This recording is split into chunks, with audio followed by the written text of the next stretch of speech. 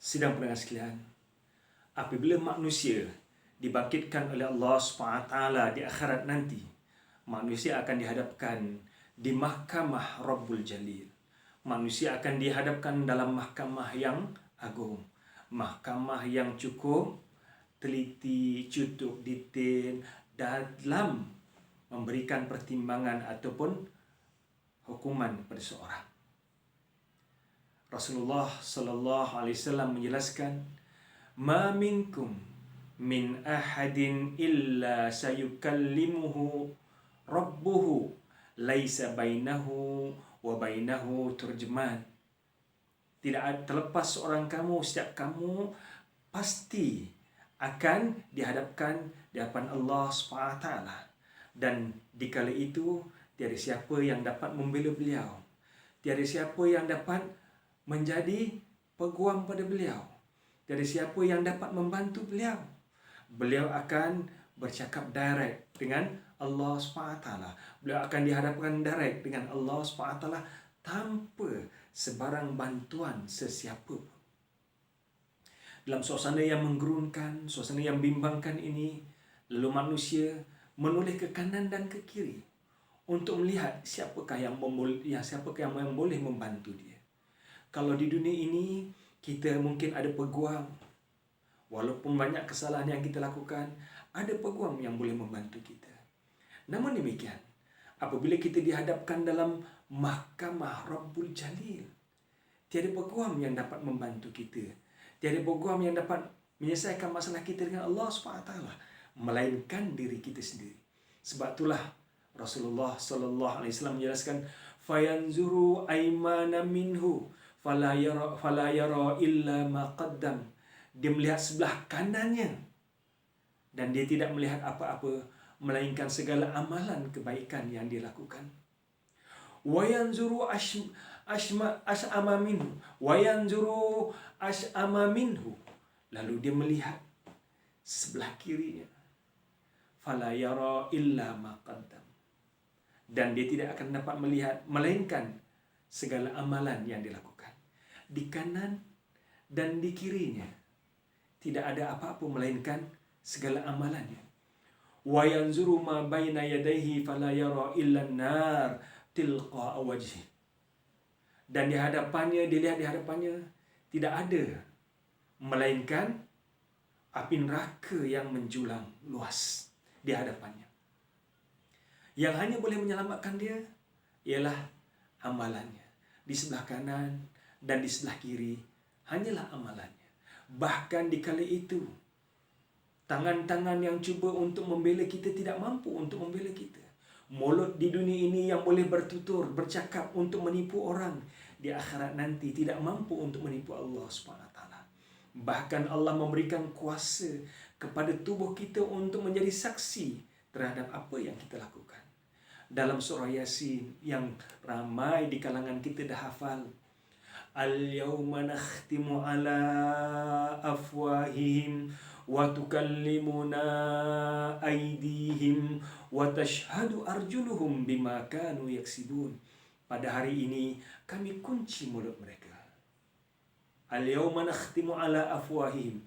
Pada hari ini kami kunci mulut mereka. Wa tukallimuna aydihim.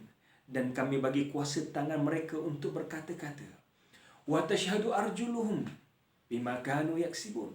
Dan kami jadikan kaki mereka untuk menjadi saksi terhadap apa yang mereka lakukan. Jari jemari kita, tangan-tangan kita, apa yang kita lakukan di muka bumi akan bertutur di hadapan Allah SWT. Ini salah satu mukjizat hadis Nabi Muhammad sallallahu alaihi wasallam. Di zaman moden ini kita kurang bertutur, kita kurang bercakap. Ramai di kalangan kita menggunakan jari jemari untuk forward message, untuk menyampaikan message, sama ada dalam bentuk WhatsApp, Instagram, FB dan sebagainya. Jari jemari kita yang banyak menyebarkan perkara-perkara yang tidak elok. Jari jemari kita yang banyak memberikan fitnah. Jari-jari kita yang banyak menghina orang lain, mengatur orang lain. Dan jari jemari inilah yang juga akan menjadi saksi di akhirat nanti. Demikian juga kaki kita yang membawa ke mana kita pergi akan menjadi saksi hadapan Allah SWT. Wahai Allah, kakiku inilah yang membawa jasad ini pergi sini, pergi ke sana. Dalam ayat yang lain, manusia akan bertanya menemplak pada tangan mereka, pada kulit mereka sendiri.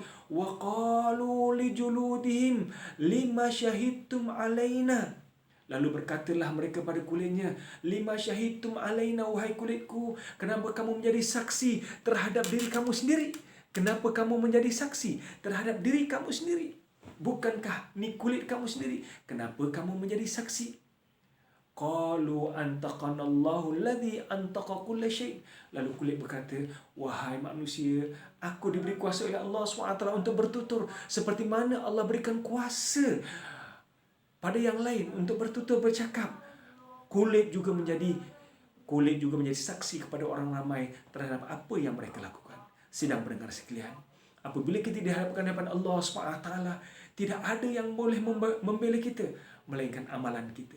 Oleh itu, marilah kita siapkan diri kita untuk melakukan amal soleh. Marilah kita perbanyakkan diri kita untuk melakukan amal soleh dalam persiapan kita bertemu dengan Allah SWT. Dan perkara yang penting, amal soleh yang perlu kita lakukan ialah tuan-tuan, pastikan di dunia ini sebelum kita dijemput oleh Allah SWT, kita dapat melakukan amal soleh yang pahalanya berterusan walaupun kita telah berada di alam kubur. Bagi mereka yang baca Al-Quran, teruskan baca Quran.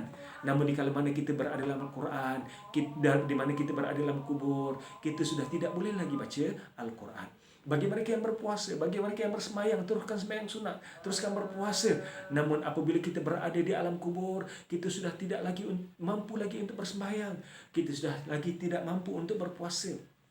Namun dari samping kita melakukan amal-amal asas, fokus juga amalan yang berterusan pahalanya hingga hari kiamat. Banyakkan amal jariah, banyak kita akan bantu orang lain. Moga-moga walaupun kita telah mati, pahala kita akan berterusan ke alam kubur. Contohnya, kita melakukan amal jariah, derma buat jalan raya, dermakan buku kepada perpustakaan, orang baca buku, kita dapat pahala. Derma buat dewan, orang gunakan dewan, kita akan dapat pahala. Derma buat masjid, orang gunakan masjid, kita akan dapat pahala. Bantu orang yang belajar, selama mana ilmunya digunakan, kita akan dapat pahala. Inilah amal jariah yang perlu kita teruskan walaupun kita berada di alam kubur. Pahala akan berterusan walaupun kita dah mati. Moga-moga apabila kita dihadapkan oleh Allah SWT di mahkamah Rabbul Jalil nanti, segala amal soleh kita dengan rahmat Allah akan dapat membantu kita daripada azab api neraka Allah Subhanahu wa taala. Wallahu a'lam.